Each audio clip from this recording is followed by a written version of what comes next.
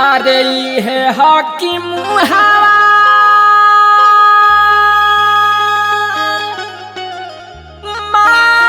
मारो करावे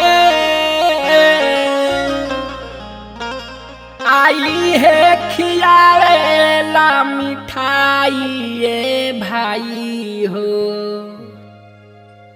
बतिया तू बोला सरियाई।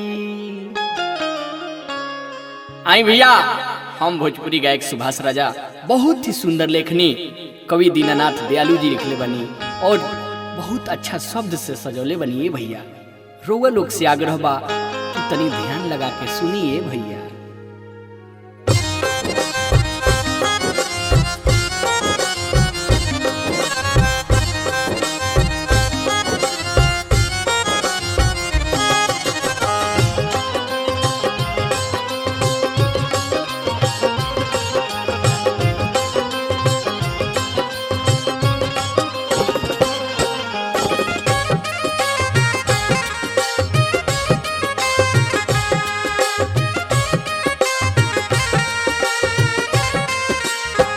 ये हकीम हवा मारो करावे ये हकीम हवा मारो करावे ये खियावे ला मिठाई ये भाई हो बतिया तू बोला सरियाई ए भाई हो बतिया तू बोला सरियाई।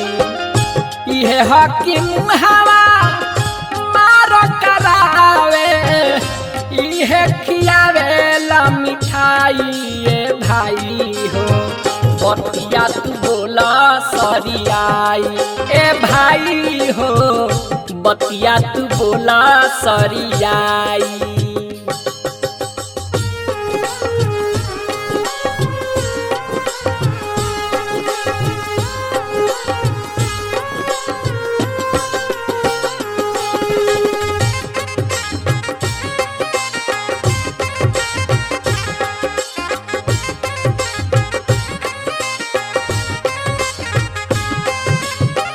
लठिया के मार दर्द कुछ देर होला बतिया के मार न सहाई ए भाई हो बतिया के मार न सहाई।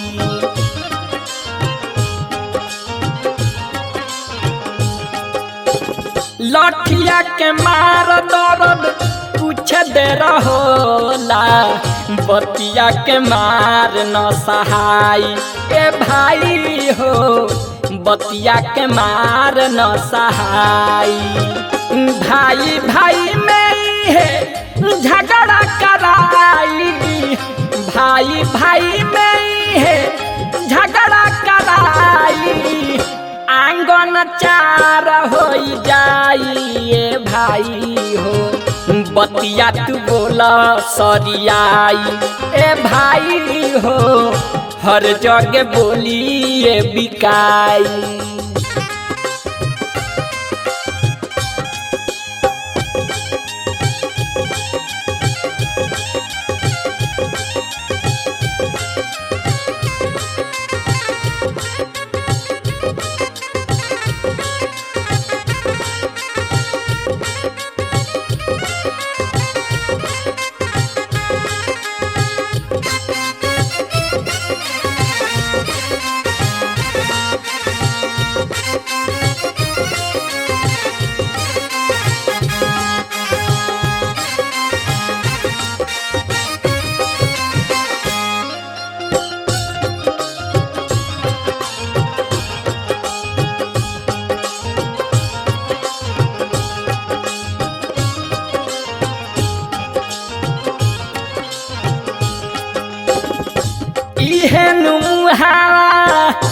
अपन बनाई इहे हकी दूरिया बढ़ाई ए भाई हो इहे हकी दूरिया बढ़ाई।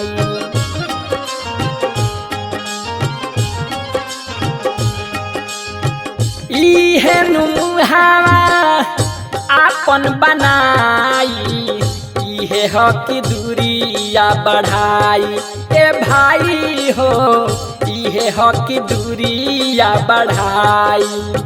मुहवे नुहाकी बाजरा सटाई, मुहवे नुहाकी बाजरा सटाई, इहे दिहिया गी लगाई ए भाई हो। बतिया तू बोला सरियाई ए भाई हो, हर जगह बोली ए बिकाई।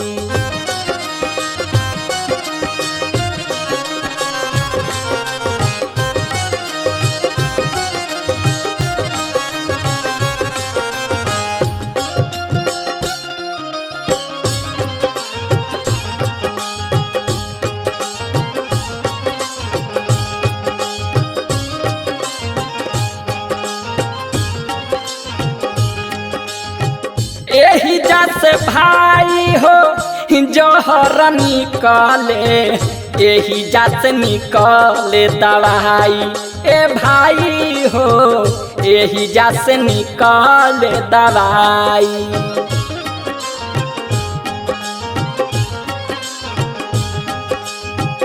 एही जैसे भाई हो जहर निकले, एही जासे निकले दवाई ए भाई हो, एही जासे निकले दवाई।